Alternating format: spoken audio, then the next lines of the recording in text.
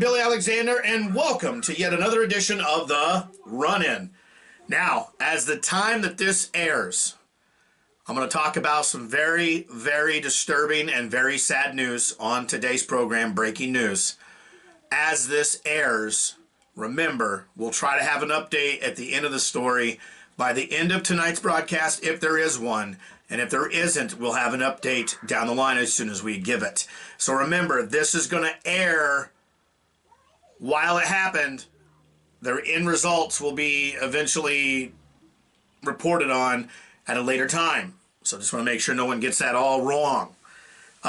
Ladies and gentlemen, I wanted to start today's program with a bit of very sad news. Unfortunately, as I hate to say this, yesterday during a family outing with his son, former WWE Tag Team Champion and one half of WWE former Tag Team Crime Time, Shad Gaspar, was with his family a day at the ocean yesterday evening. And the weather came in, stuff started to get rough. There were some issues. Lifeguards had to be dispatched to help multiple people out of the riptides. Shad Gaspar made sure that the lifeguards saved his son first and got him out and got him to safety. After that had happened and they were able to remove him as they went to come back, a second huge wave had hit and had pulled Shad Gaspar under in the riptide. That was of yesterday afternoon. They searched all the way up till late night last night and resumed searching as early as daylight this morning. Unfortunately, Shad Gaspar has not been located. His body has not been found. Himself as being alive has not been reported or been found.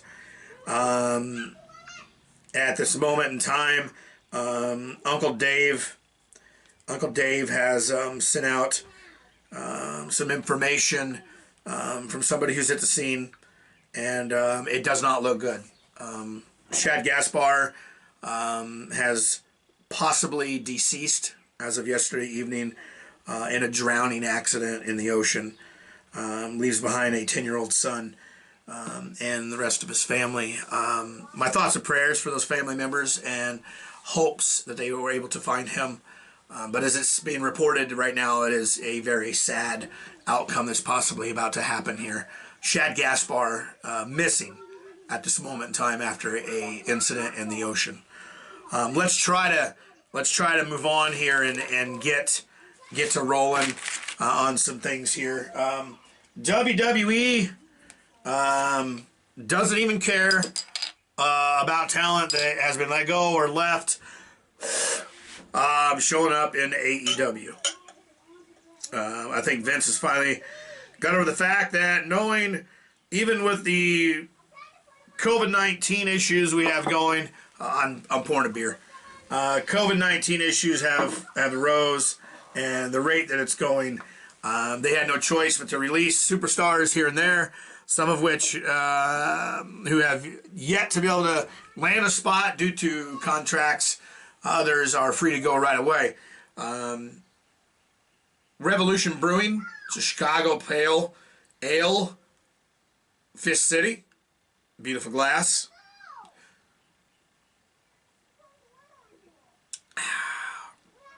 It's good.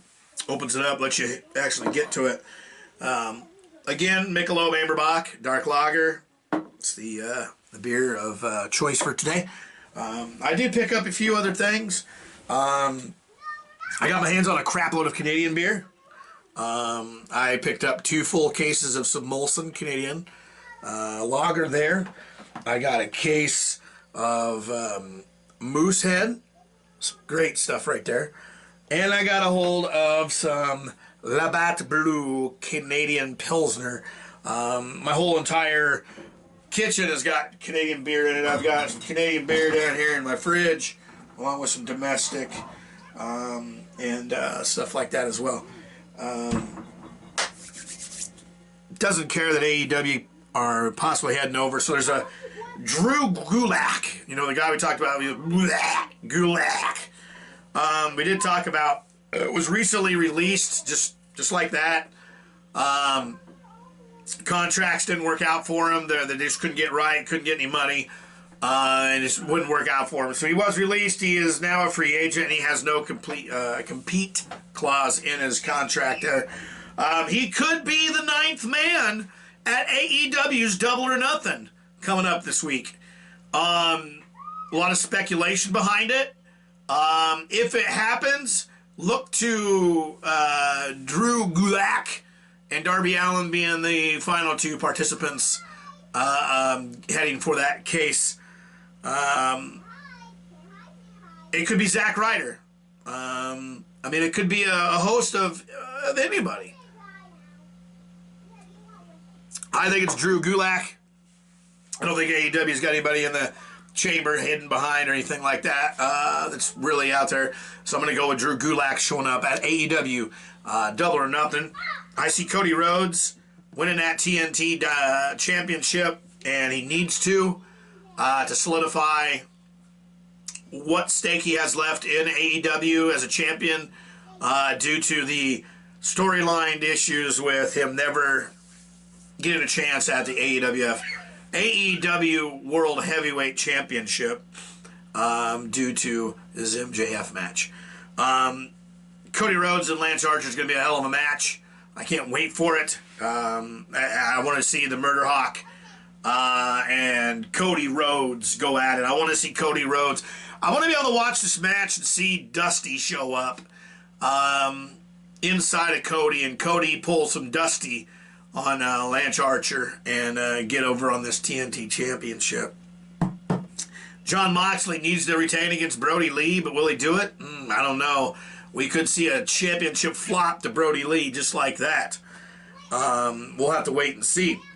AEW did not announce their 9th person. They're leaving it a tease and a special deal. I say it's Drew Gulak. We will see when it happens.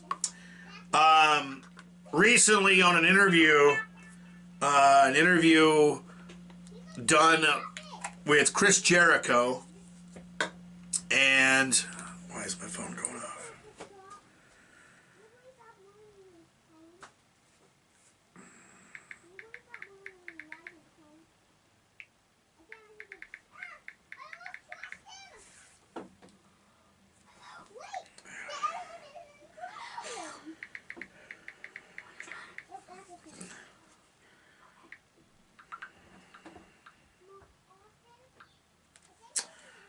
Jesus, people, I swear. An interview done by Chris Jericho with Owen Hart's wife, Martha, talking about Owen Hart, the family, and other things that have gone on. Here's the thing. So, Owen Hart wanted out of WWE. When Brett left the WCW, Owen wanted out. And at that time, she explains that long-term contracts were introduced, and Owen got locked into a longer contract. So during Talk is Jericho, Martha opened up about why Owen Hart stayed in WWE after Brett left. And the main deal was that there was long-term contracts that were introduced, and he got stuck for another 5 years. They just would not budge on the deal and anything like that. So he got stuck in WWE. They just wouldn't allow him out. So she goes on to talk about WWF, which it was back at the time, had just introduced a few years before that contracts where you were locked in for 5 years. Owen was locked into his contract. He requested that he be let go with everything that had happened with his brother, and they said, no, it's not happening. Too bad. Go back to work. They weren't going to let him go. The way the contract worked was that if you don't work, you can't work. You can't work for somebody else. You don't necessarily have to work, but then you aren't making any money, and you can't work somewhere else. It was a very onerous contract where it could only benefit the company and not the wrestlers whatsoever. And that's true. That's a lot of the contracts back then. Owen was really in a tough situation. He didn't have a choice. Either stay here or go nowhere. It was emotionally difficult to see his brother so upset and betrayed, and yet have to stay and fulfill his commitment that he made to the company. If Owen Hart was allowed to leave at that time, it's quite possible Owen Hart would still be with us today. Would Owen Hart have survived anywhere else outside of the WWE? Would Owen Hart have survived in WCW? No. He would have been made of a mockery. He would have been thrown in a mid-card status and lost. Would he have made it in Ring of Honor? Now, yes. AEW, yes. Back then you didn't really have a lot of choices. So, I mean, he could have went to Japan. He could have made a big deal of himself in Japan. But she talks about how that was the main reasoning behind why Owen was stuck in WWF. And if they would have let him go, he could possibly still be alive today and enjoying time with his family and his kids. Rest in peace to a great performer in professional wrestling.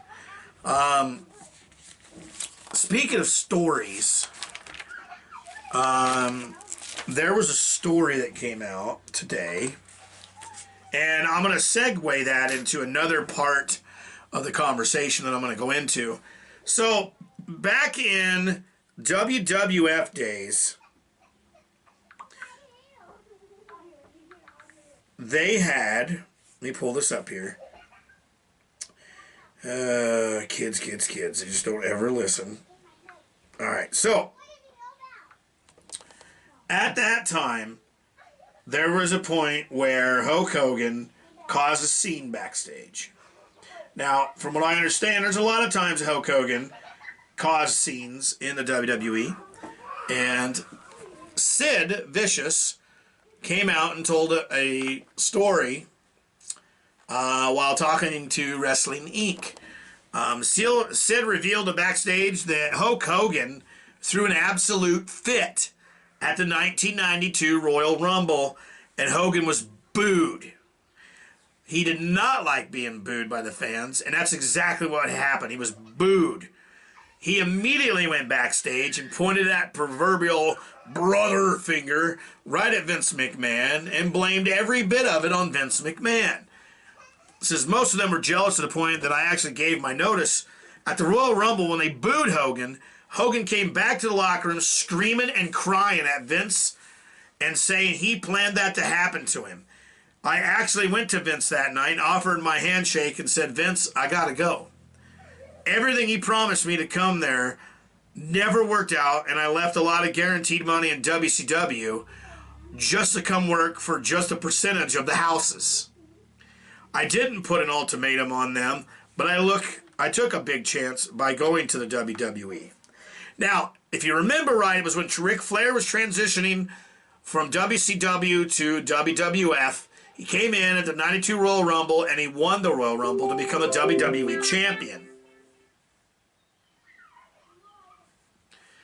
And that caused a huge argument backstage between Sid and Hogan. Now, security got involved, yada, yada, yada. Now, segue into the politics of one Hulk Hogan.